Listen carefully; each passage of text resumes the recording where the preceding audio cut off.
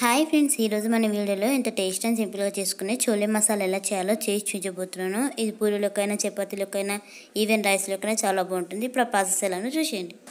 ఈ బఠానీలు అయితే అందరికీ తెలిసే ఉంటాయి కదా, ఇవి మనకి మార్కెట్లో దొరుకుతాయి. సో వీటిని తెచ్చుకొని నైట్ పూట నానబెట్టి పెట్టేసుకోవాలి. మార్నింగ్ లేచి వరకు ఇలా మంచిగా నానిపోయి ఉంటాయి కదా, ఒక 1 టైం వాష్ చేసేసుకొని ఇప్పుడు వీటన్నిటిని కుక్కర్లో వేసేసుకోవాలి. ఇలా అన్నీ కుక్కర్లో వేసేసాక ఇప్పుడు దీంట్లో ఒక చెంబు నీళ్ళు పోసుకోవాలి. ఇప్పుడు మీదికెళ్ళి కొంచెం నూనె వేసుకోవాలి. నూనె వేయడం వల్ల మనకి బఠానీలు తొందరగా ఉడికిపోతాయి. అలాగే కొంచెం పసుపు వేసుకోండి.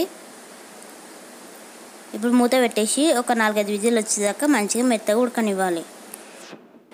ఇది ఉడికేసేపట్ల మనం దీంట్లోకి మిగతా ప్రాసెస్ని స్టార్ట్ చేద్దాము. నేను ఇక్కడ ఒక 2 టమాటాలు, ఒక 3 ఉల్లిగడ్డలు, అలాగే ఒక 4-5 ఎల్లిపాయలు, ఒక సగం ముక్క అల్లం ముక్కని కోసి ఇలా పక్కకు పెట్టేసుకున్నా. ఫస్ట్ మనం ఒక మిక్సర్ తీసుకొని ఉల్లిపాయని అందులో మిక్సర్లో వేసేయాలి. అలాగే కొన్ని మసాలా స్పైసెస్ని కూడా యాడ్ చేయాలి. ఇప్పుడు దీన్ని మనం వాటర్ వేయకుండా మెత్తగా ఇలా పేస్ట్ లాగా మిక్సీ పట్టాలి. చూశారు కదా, ఇప్పుడు దీన్ని ఒక కటోర్లో సర్వ్ చేసేసుకుందాము. మళ్ళీ ఇదే మిక్సీ జార్లో టమాటాని కూడా పేస్ట్ చేసి పక్క పెట్టుకోవాలి. చూశారు కదా, టమాటాని ఈ విధంగా మంచి పేస్ట్ లాగా చేసేసుకున్నాం కదా. ఇప్పుడు దీన్ని మనం పక్క పెట్టేసుకుందాం. ఇప్పుడు బఠానీ ఉడికిందో లేదో చూసుకోవాలి. మనకు బఠానీ కూడా మంచి మెత్తగా ఉడికిపోయినాయి కదా. ఇప్పుడు దీన్ని కూడా మనం పక్క పెట్టేసుకోవాలి. ఇప్పుడు స్టవ్ వెలిగించి ఒక గిన్నె పెట్టుకొని ఆ గిన్నె కొంచెం వేడి కాగానే నూనె పోసుకోవాలి. చోలే మసాలాకి కొంచెం నూనె ఎక్కువనే పడుతుంది. ఒక 4 పావులు నూనె పోసుకోండి.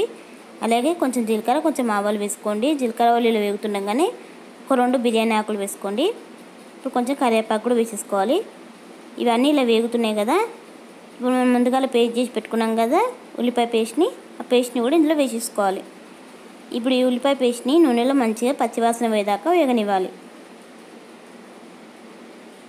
ఉల్లిపాయ అంతా మంచిగా ఇలా వేగిపోయింది కదా.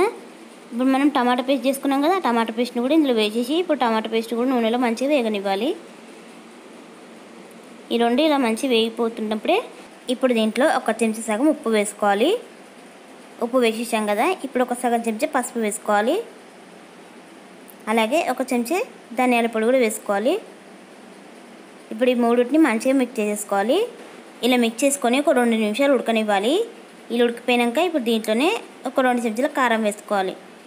కారం వేసేసుకొని మరొకసారి మంచిగా మిక్స్ చేసుకొని కారం పచ్చివాసన వేసాక నూనెలో మంచిగా వేగనివ్వాలి.